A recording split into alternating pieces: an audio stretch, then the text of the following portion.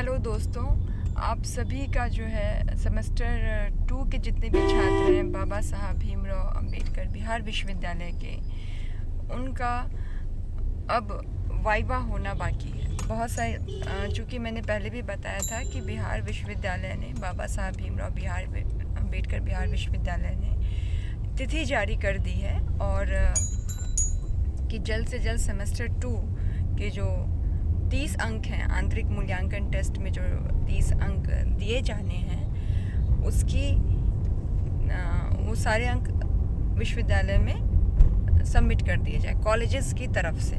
तो बहुत सारे कॉलेजेस में इंटरनल टेस्ट हो चुका है, कुछ कॉलेजेस में हो सकता है नहीं हुआ हो, होना बाकी हो, है ना। इंटरनल टेस्ट की तैयारी कैसे करें, इस पर मैंने एक वीडियो आपके साथ साझा किया है। मैं डिस्क्रिप्शन बॉक्स में उसका एक लिंक दे दूंगी, आप उसको एक बार चाहे तो देख सकते हैं। अब आती है बारी आपके वाइवा और असाइनमेंट की। ठीक है, मतलब कि 15 अंक का इंटरनल टेस्ट हो चुका। अब 15 अंक जो आपको मिलेंगे, बाकी के जो 15 अंक जिसमें कि आपका साक्षात्कार एक वाइवा होगा, और दूसरी चीज़ क्या है कि आपका प्रोजेक्ट असाइनमेंट जो होगा उन सबको मिला करके बाकी 15 अंकों में आपको कैसे परफॉर्म करना है, आपसे वाइवा में किस तरह के सवाल पूछे जा सकते हैं, इस पर यह वीडियो है। तो बिल्कुल ध्यान से सुनिएगा, अपने साथ जहाँ ज़रूरी लगे एक पेन रखिएगा और उन सारे पॉइंट्स को नोट डाउन करते चलिएगा। तो सेमेस्टर 2 का जो सिलेबस है छात्रों, वह है आपका आदिकालीन व मध्यकालीन कविता। मेजर और माइनर, इन दोनों, मेजर हिंदी और माइनर हिंदी, इन दोनों के सिलेबस में बहुत अंतर नहीं है। तो जो बात मैं मेजर को समझा रही हूँ वही बात माइनर पर भी लागू होती है। कुछ कवि हो सकता है छूटे हों, लेकिन कवि के छूटने का बहुत वो नहीं है। अगर मैं एक कवि के बारे में बता देती हूँ किस तरह के सवाल हो सकते हैं, दूसरे कवि पर भी वो लागू होता है। ठीक, तो सबसे पहली ज़रूरी बात है कि असाइनमेंट, आपको जो असाइनमेंट दिया गया है आप उसे पूरी ईमानदारी के साथ बनाइए और उसको अपने असाइनमेंट का प्रेजेंटेशन अच्छे से करिए। उसमें आपका जो नाम, रोल नंबर, कॉलेज का नाम, टॉपिक, ये बिल्कुल क्लियर होना चाहिए। असाइनमेंट में जो टॉपिक दिया गया है वो आपका अपना इनोवेशन होना चाहिए। मतलब इनोवेशन का मतलब है कि वो आपने अपने हाथों से लिखा हुआ हो। ऐसा मैं इसलिए कह रही हूँ क्योंकि कोई भी शिक्षक जब भी आपका वाइवा होगा तो वो आपके असाइनमेंट को ज़रूर चेक करेगा। ठीक है, असाइनमेंट को चेक करके ही, और हो सकता है कि सवाल उससे रहें, हो सकता है कि उससे सवाल पूछे जाए आपसे कि आपने असाइनमेंट जैसा भी बनाया है उसमें उससे किस तरह के सवाल, मतलब आपने खुद से तैयारी की है या किसे छापा है। इस पर जो वाइवा लेने वाले जो भी शिक्षक होंगे, जो भी होंगे, वो ज़रूर पूछेंगे सवाल आपके असाइनमेंट से। ठीक है, दूसरी चीज़, बहुत ज़रूरी चीज़ है कि आपके बोलने का तरीका वो आपका अच्छा होना चाहिए।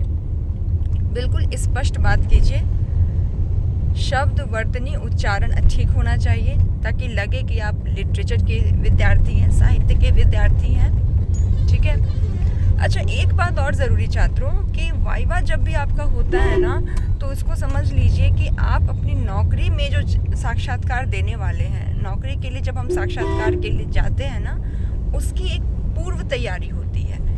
हमारे कॉलेज में, विश्वविद्यालय में जो प्राध्यापक पढ़ाते हैं वो बहुत वेल क्वालिफाइड होते हैं, उनके पास वो बहुत योग्य होते हैं, और वही कई बार प्रोफेसर बहाली में बोर्ड के सदस्य के रूप में भी जाते हैं। तो आपको जो है वाइवा को बहुत गंभीरता से लेने की ज़रूरत है। आप ये समझ लीजिए कि आप नौकरी में इंटरव्यू के लिए जा रहे हैं, साक्षात्कार के लिए जा रहे हैं, किस तरह से अंदर जाना है, आपका ड्रेसिंग सेंस किस तरह का हो। ठीक है, ये मैं आपके पर्सनल जिम्मेदारी के तौर पे समझा रही हूँ, क्योंकि अगर आप इस मौके का फ़ायदा उठाएंगे तो ये आपको भविष्य में भी बहुत काम देगा।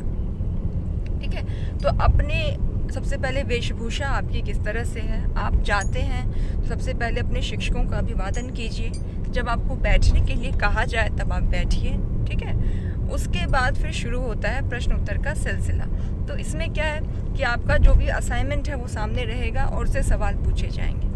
सवाल किस तरह से पूछे जाएंगे, इस पे विद्यार्थियों को बहुत टेंशन होती है। तो सबसे पहले तो अपने सिलेबस को अपने पास में रखिए, अपने प्रोजेक्ट को आपने जैसा भी बनाया उसको तो आपको पढ़ के जाना ही है, प्लस अपने जितने भी आपके सिलेबस में जितने भी आपको टॉपिक पढ़ने हैं, जैसे कि आपको आदिकालीन व मध्यकालीन हिंदी कविता पढ़नी है, ठीक, तो उसमें विद्यापति, कबीर, विद्यापति के बारे में जान जाइए कि उनका जन्म परिचय क्या है, उनका जन्म कहाँ हुआ था, उनकी काव्यगत विशेषताएं क्या क्या हैं, उनकी कौन कौन सी रचनाएं हैं, है ना, उनको मैथिल कोकिल कहा जाता है तो क्यों कहा जाता है। ये सारी की सारी चीज़ें आपको आपके शिक्षक ने कक्षा में ज़रूर समझाई होंगी। तो अपने क्लास नोट्स को ज़रूर देखिए ताकि आपको एक रिवीजन हो सके। ठीक यही बात कबीर, जायसी, सूरदास, तुलसी, मीराबाई, बिहारी, घनानंद पे भी लागू होती है। आपको इन सारे कवियों के व्यक्तिगत जीवन के बारे में जानना है, उनका जन्म कहाँ हुआ था, उनके साथ किस तरह की कुछ कुछ कहानियाँ जुड़ी हुई हैं। मैं अपने साक्षात्कार का एक अनुभव आपको बताऊं तो मुझसे घनानंद के कुछ पंक्तियां हैं, ठीक है, उसका अर्थ पूछा गया था और वही घनानंद की जो पंक्तियां हैं वो पीजी में, मतलब कि जब पोस्ट ग्रेजुएशन था उस समय हमारे शिक्षक ने हमसे पूछा था, तो दो बातें एक साथ लड़ गई थी। इसलिए मैं कह रही हूँ कि आप जो है अगर कबीर की जो भी रचनाएं आपको पढ़नी है तो एक बार उसको पढ़ के जाइए, ठीक है, एक बार पढ़ के जाइए, समझ के जाइए। कबीर की कुछ खास विशेषताएं होंगी, उसको पॉइंट्स में याद कीजिएगा। साक्षात्कार लेने के वाले के पास इतना समय नहीं होता है कि आपकी इधर उधर की बातों को वो देर तक सुनता रहे। वो जैसे ही आपसे कोई भी प्रश्न करेगा तो वो ज़रूर चाहेगा कि टू द पॉइंट आप तुरंत उसका जवाब दें। सूरदास किस कॉपी में लिखते जाइए, सूरदास जो है वो किस कालखंड के कवि हैं, सूरदास की क्या विशेषताएं हैं, तुलसीदास की क्या विशेषताएं हैं, वे किस कालखंड के कवि हैं, उनकी कौन कौन सी रचनाएं थी, उनका जन्म, उनका जीवन परिचय क्या है ना, इन सबको बिल्कुल पढ़ जाइएगा। ठीक इसी तरह से रहीम, मीराबाई, बिहारी और घनानंद के बारे में भी आपको उनकी कविताएं, उनकी काव्यगत विशेषताएं, उनका जीवन परिचय, इन सब को याद कर लेना है, अच्छे से पढ़ लेना है।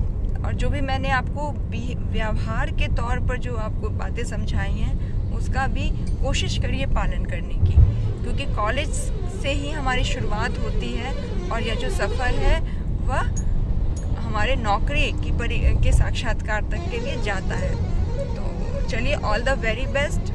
मैंने कोशिश की है कि आपको इस दिशा में एक सही मार्गदर्शन मिल सके, आप वाइवा में किस तरह से अच्छा परफॉर्म कर सकते हैं।